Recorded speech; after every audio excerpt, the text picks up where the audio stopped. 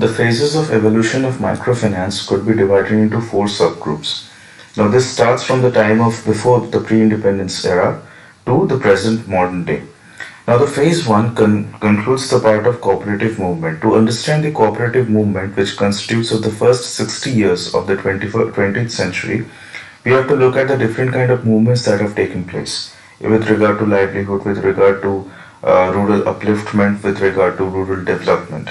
Now, one of the best example of cooperative movement we could see is Amul itself.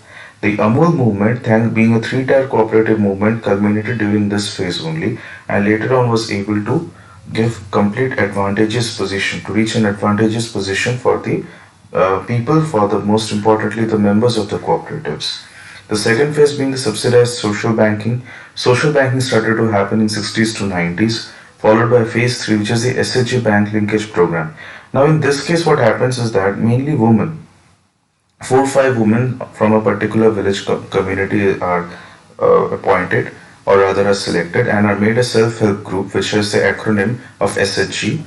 Followed by they are attached with a particular bank through which they get loan, and the entire thing is done by a particular NGO, a facilitator who acts as a guarantor for these SHGs, and then the bank gives out loan for the small scale, micro scale industrial work like handlooms, handicraft industries and all, and through that the SHGs perform to ensure that they are able to build something out of it, whether it's a financial capital or financial assets, or in long term a business enterprise through which they could have a everlasting impact. Now SHG is a small scale understanding of this microfinance, which later on gets multiplied and doubled in the long run to reach a full economic scale. Phase 4 is the commercialization of the microfinance. Now this happened in the first decade of 21st century, in which after the SHG revolution had already worked, where the linkage with the bank has been done, money disbursement is being done.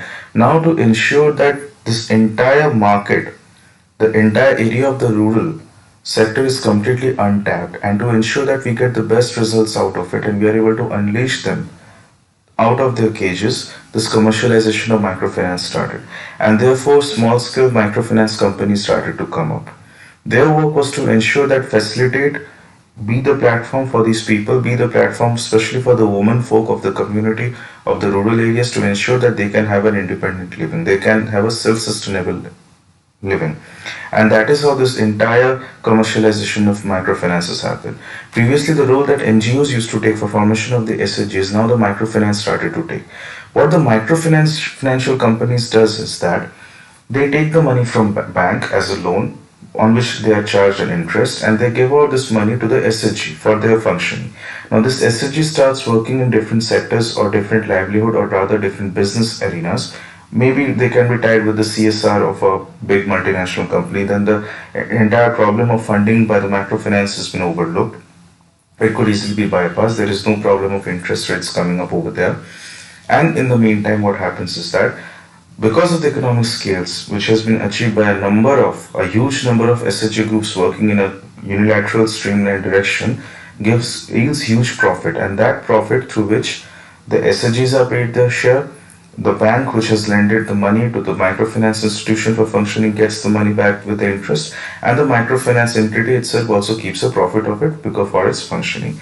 This is how the entire evolution of microfinance has happened in this country, and it's a 4 phase. If you look at the first phase, it is just 60 years phase, which is the maximum amount of time has taken.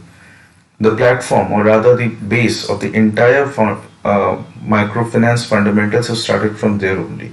The foundations has to be strong, and the biggest example of this is the Amul, as I have already reiterated before. Phase 1 being the maximum part, and after onward, if you see the other steps or the other phases that have taken place for microfinance evolution have been literally reducing in terms of time. Subsidized social banking took 30 years, exactly half of what the cooperative movement took. SHG banking took only 10 years. Commercialization of finance bank has started around 5 to 7 years it has taken. So therefore by the 2010-2011 it had become quite sure that microfinance and microfinancial institutions that have been working holds the greatest potential for the growth and development of the poor and especially the rural area.